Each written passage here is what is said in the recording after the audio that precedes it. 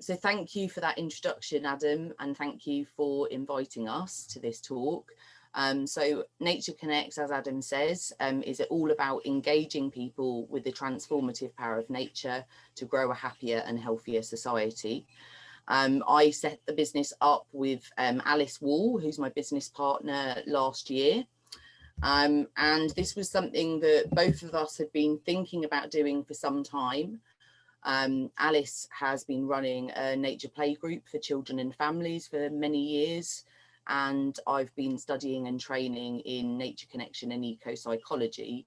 And Alice was often asked by the adults that came to her sessions with their children, where are the sessions for us? And we started thinking about what we could offer for adults, because there seems to be an awful lot of opportunities for children, which is amazing. It's really important to connect children to nature. But actually, what we found was there was a real gap, and recognised that we could really offer a way for people to build connections in their lives, which is really what our business is all about. So we offer Nature Connection and Adult Forest School, and that is specifically for health and wellbeing in Cornwall. We set up last year, as I said. Tomorrow is our first birthday, so that's very exciting. And at the moment, we tend to offer 6-week one-to-one or group programs, and have found it since we launched the business, we primarily work with people that are struggling with their physical and or mental health, and also many people that are socially isolated, which I'm sure for any of you working in this sector, that's a huge issue for many people in Cornwall. We set the business up, as I said, January last year, and incorporated in June, and then lockdown hit. And that for us, initially, we were questioning whether it was a good time to set up a business. But then we started following the impact of lockdown for many people, and the positive impact their changing relationship with nature was having because of the walk, the daily walk that everyone was allowed to take. We had many conversations with people that said they were walking in their neighbourhood and discovering things they'd never known were there, because they generally would come out of their house, get in their car, drive somewhere else, and they weren't getting to know their local area. So it became more and more important to us as a business that we were able to offer something that would support that greater connection, but also that would support people's health and well-being. So as part of lockdown, RSPB did some surveys just to look at people's relationship and changing relationship with nature.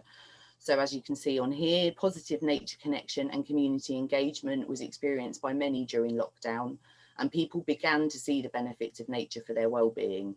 So some really good stats here, 81% of people. Sarah, I wonder if you might like to present the screen, put it on presentation mode. It might be slightly easier to read on some people's screens. Okay, I'm not sure I know how to do that, I'm afraid. I think if you press that button on the top right that says present, it okay, hold on. Might just throw it up a little bigger. Otherwise, it's fine. We can read it. It's fine if it's easier to just leave it as it is. Yeah, I might need to do that for now, Adam. Yeah, as I said, I'm happy to share all of these afterwards, and I will be reading through the slides anyway. So 81% of people agreed they had felt happier whilst or after spending time visiting nature, and 89% of people agreed that increasing the amount of accessible green space will help to improve people's general health. So this was the positive element for many people, but actually what it showed was for many people this wasn't a realistic option to be able to get out into nature. So there also was the negative impact on people's health and well-being, and that was specifically for people that didn't have accessible nature nearby. And this actually showed stark contrast between people's living situations and economic situations. So these slides here say that just 34% of people in households without any outdoor space reported being within a 10-minute walk of publicly accessible nature, and that people in the UK with an annual household income under £10,000, which is, I think, quite common in Cornwall, were 3.6 times more likely to have no outdoor space at all where they live. So really showed this kind of disparity, and really helped Alice and I decide that part of our focus was to really try and work with those people that maybe didn't have some of the natural resources on their doorstep that other people had. So we've really tried to build up links in areas where, you know, there's high populations of people that, for example, may not have private gardens, may not have money to get on a bus, if you can even get a bus route anywhere that you might want to visit in Cornwall. So really trying to kind of bring what we offer to where people are and kind of open that up as much as possible.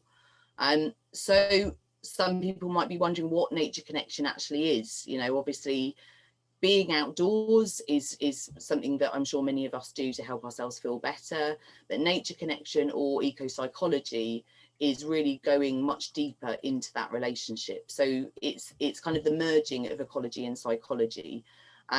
Many psychological models are very much focused on the self, and looking at how an individual can manage different issues and traumas that might come up. But it doesn't necessarily take into account actually our social networks and the impact that that has when we're not feeling connected, and it doesn't take into account our ecological network, which of course we're part of. So our nature connection and eco-psychology, ecotherapy, all of these things are really built on the idea of this triad of connection. So this is about creating a deeper connection to nature, whilst recognizing ourselves as part of that, and by working in groups with people, building strong relationships and networks socially as well, so you can kind of make this triangle of connection. One of the lovely things that we've found actually is we wanted to set up, as we built a kind of, you know, cohort of people, we were hoping to set up in different areas something called a Nature Buddies network, which was to enable those people that had been on programs to get together afterwards and maybe practice some of the core routines that we introduce in our sessions. And what we found is we haven't needed to do that actually. When we've run programs, friendships have formed, and people have just off their own back made connections and started meeting up with people that they've met on our programs, which has been absolutely lovely. We are aiming to have some informal kind of meetups as we go forward, but that's been one of the, I guess, most positive outcomes for us, is just seeing those connections get made. So yeah, nature connection is much more than just spending time in nature. I tend to mention at this point a statement that was made last year by George Eustice when the green prescription agenda was really in the kind of mainstream press. And he was quoted across the national press as saying, if you go to your GP, you will be prescribed a walk in the park. And this was something that was a very simple interpretation of actually what green prescribing is, and actually, unfortunately, kind of missed the point a little bit, because actually more and more research is showing that it isn't just about spending time in nature that has some of the health benefits that I'll talk about in a minute, but it's actually about having facilitated and meaningful experiences with nature. And these are shown to improve the health, the happiness and the confidence of participants. The other thing that we absolutely love and is key to the aim of our work is that this can be, the focus of this is reciprocity. So the idea that we have as humans spent a lot of time taking what we need from nature, maybe appreciating nature, but not giving back in the same way that by building relationship, you're more likely to want to do. So there's also lots of evidence that shows the more connected someone is to nature, the more positive choices they'll take for the natural world. So it's a real kind of win-win. So we're quite informed by different research that comes out. I've been studying eco-psychology through an organisation called the Natural Academy. I'm about to be going into an advanced pathway, so that's kind of really allowing me to dig deep and kind of look at how these models, these psychological models, can really support these benefits that we're very aware of when we're in the woods with people, but the kinds of things that health professionals, GPs, social prescribers kind of need that evidence to know that actually it's a worthwhile referral for the people that they're supporting. So we are informed by lots of different nature connection models. One of them is the 8 Shields model, which is really about it's about the being indigenous to this land, and it's a blueprint is the way that it's described, a blueprint to being indigenous to the land that we live on. But more recently, we've been following the work that's come out of the University of Derby's Nature Connectedness Research Group, which I'm just personally very excited that that even exists. And there's some amazing work coming out of there, which is when we talk about the reciprocal outcomes and a lot of the health benefits, a lot of that evidence is coming from the University of Derby. And they're finding that really it's about following some quite simple steps to create some of these outcomes. So they've created something called the 5 pathways to nature connection. I'll just go on to the next slide. And as I said, this is from the University of Derby, and they've found, looking at lots of different ways that people can connect to nature, including things like conservation work or spending time with animals, that actually there's some key ways that you can almost like shortcut a connection. And so when we run our 6-week programs, each week we follow a different pathway and really go deep into that.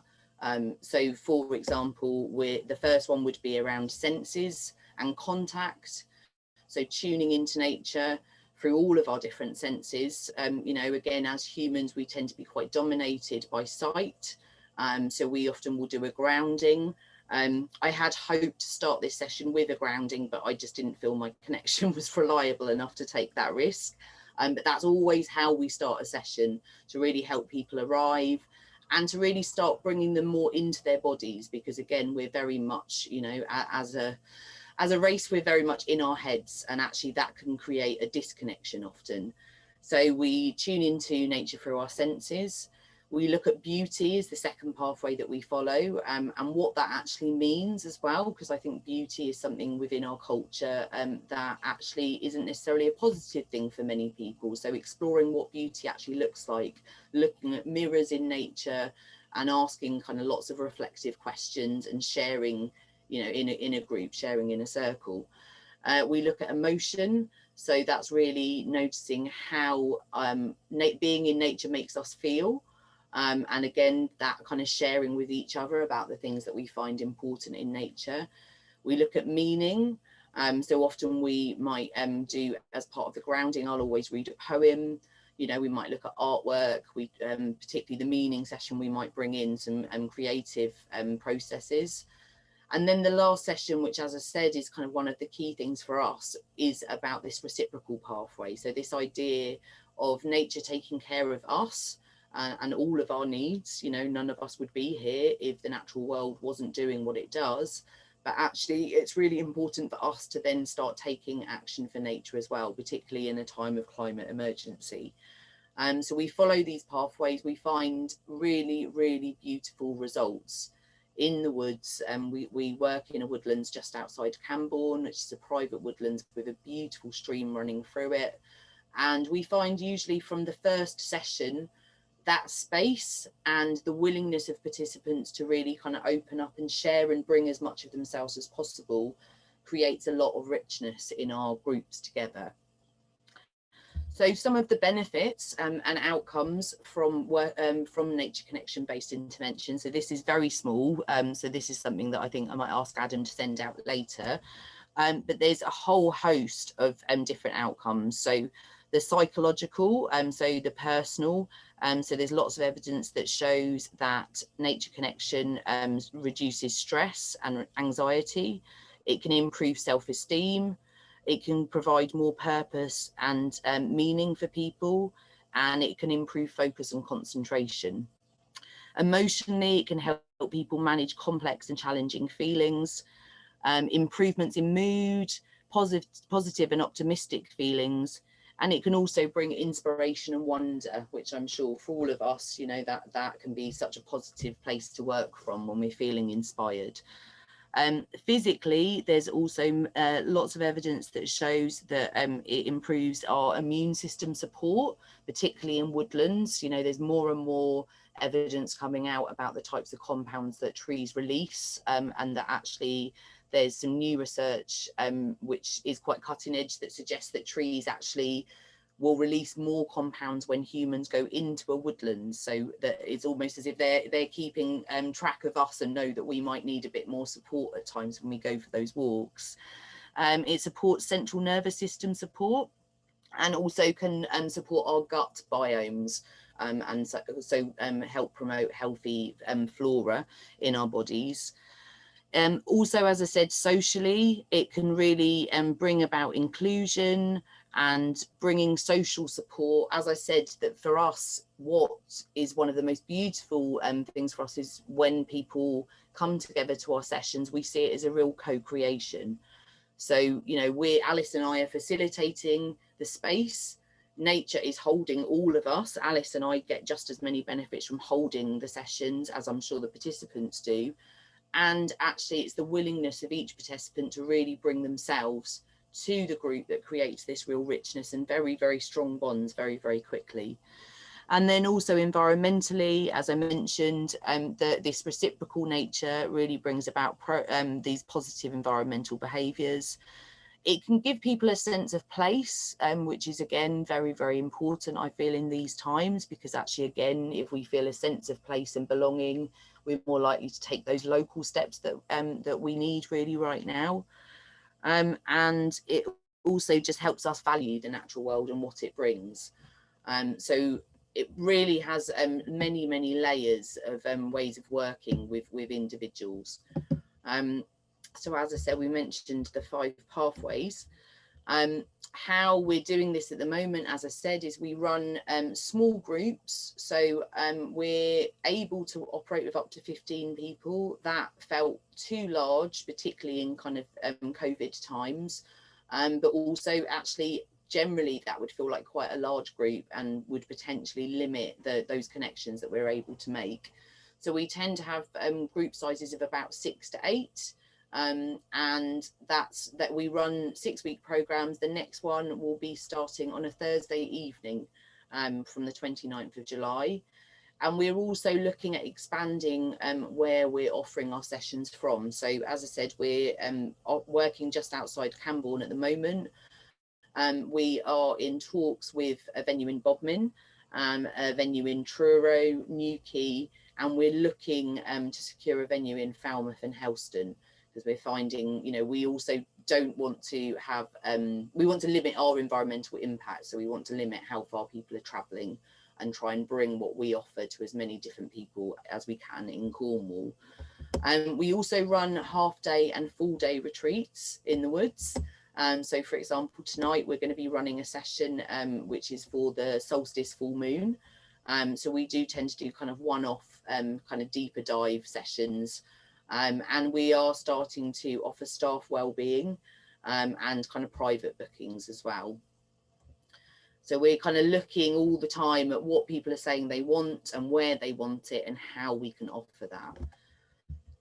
But the other thing that I think is really important in Cornwall, and I think really speaks to Adam's introduction, is, you know, we're one organisation offering nature and health interventions, and what we offer won't be for everyone, and it won't be accessible for everyone that live in different parts of Cornwall that we're not able to deliver in. So what's felt really important is that if we are to really mainstream nature and health interventions, it's about having a real collaborative approach. And what that means is making sure that, you know, all of the organisations offering that this type of work support each other to make sure that we have a truly person-centred offering in Cornwall. So one of the ways that we're doing that is we've just started a Cornwall Nature and Health network. This is kind of coming off the back of a nature and health practitioners network that we're members of, which is kind of largely based in Bath and Bristol, but more and more people across the country are starting to join that, and there's kind of lots of regional hubs. And as I said, this is really about mainstreaming nature and health within our health systems. You know, I do feel that the NHS is starting to really recognise the benefits of this. GPs and social prescribers are, but it's just about continuing those conversations really, and finding the best way to kind of get the message out about what we do.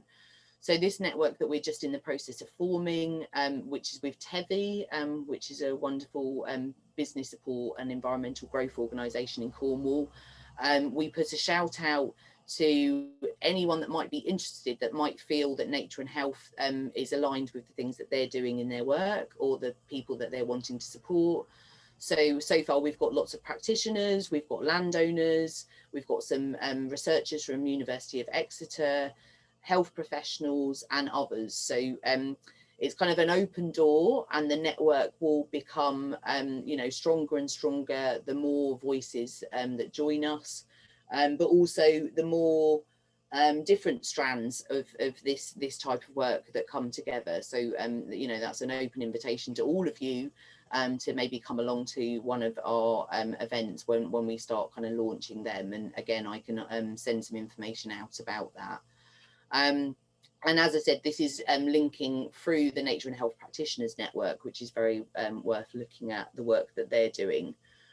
And so that's kind of the end of my presentation. I've just got that last slide up that's just got all of our contact details, so our website and email. I'm always very, very happy to chat about what we do. I can talk about it for a very long time, so I am going to finish now. But I would really love to hear from anyone that wants to have a chat with me or Alice. And yeah, I'd kind of like to open it up to questions if there are any.